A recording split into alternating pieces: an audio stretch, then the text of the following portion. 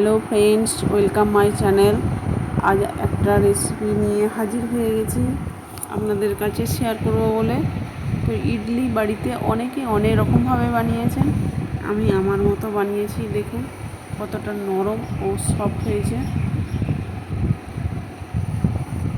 তো আমার চ্যানেলে যারা নতুন আছেন একটা লাইক দিয়ে ভিডিওটা প্রথম থেকে শেষ পর্যন্ত দেখার অনুরোধ রইল। তো চলুন আর দেরি না করে রেসিপিটা শুরু করা যাক। কড়াইতে তেল দিয়ে দিচ্ছি, তেল গরম হলে দিয়ে দিচ্ছি হাফ চামচ গোটা জিরে, আর তার মধ্যে দিয়ে দিচ্ছি কুচানো পেঁয়াজ। এখানে একটা মিডিয়াম সাইজের পেঁয়াজ নিয়েছিলাম। এরপর দিয়ে দিচ্ছি এক চুটকি হিং।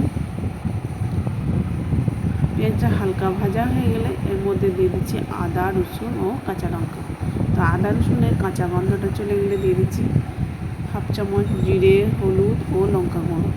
এরপর দুটো আলু আগে থেকেই আমি সিদ্ধ করে রেখে দিয়েছিলাম, সেটা এর মধ্যে দিয়ে দিলাম। এরপর দিয়ে দিলাম পরিমাণ মতো লবণ।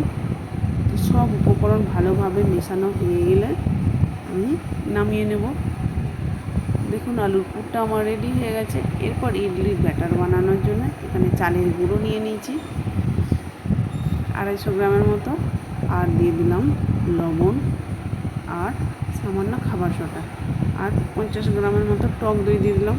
এরপর টক দইয়ের পাত্রটা ধুয়ে জলটা দিয়ে দিলাম।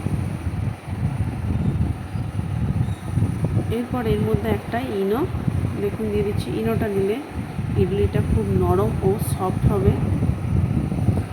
দেখুন কাঁচের পাত্র নিয়েছি, এর মধ্যে তেল ব্রাশ করে দিচ্ছি। এরপর সামান্য ইডলির ব্যাটারটা দিয়ে দিলাম। এরপর কিছুটা আলুর পুর মাঝখানে দিয়ে দিলাম, আবার ইডলির ব্যাটার দিয়ে ভর্তি করে দিলাম। তো কিছুটা জায়গা খালি রাখলাম, তাহলে ফুলে উঠবে। একইভাবে সবগুলোই আমি ইডলির ব্যাটার দিয়ে ভর্তি করে নেব। এরপর বাটিগুলো একটা ছিদ্রওয়ালা পাত্রেতে দেখুন রেখে দিয়েছি।